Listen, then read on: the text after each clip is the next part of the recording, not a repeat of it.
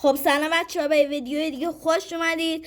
من یه دونه از اول پیجم بسته 24 تای کیمنی خریدم و براتون آنباکس کردم به حمایت شما و با حمایت شما به اینجا رسیدم و اینکه خیلی خوشحال میشم که ویدیومو لایک کنید و چنلمو سابسکرایب کنید و از کارتام هم حدود 8 تا دیگه مونده و با یه کیمنی دیگه مواجه میشیم که بسته بنفش هست و اونو آنباکس میکنیم.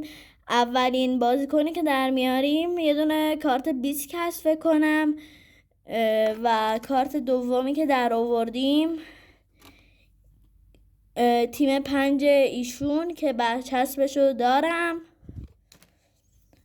و ببینید برچسب چی در آوردیم: رویال کره جنوبی و با یک دونم کارت فکر کنم بیسک.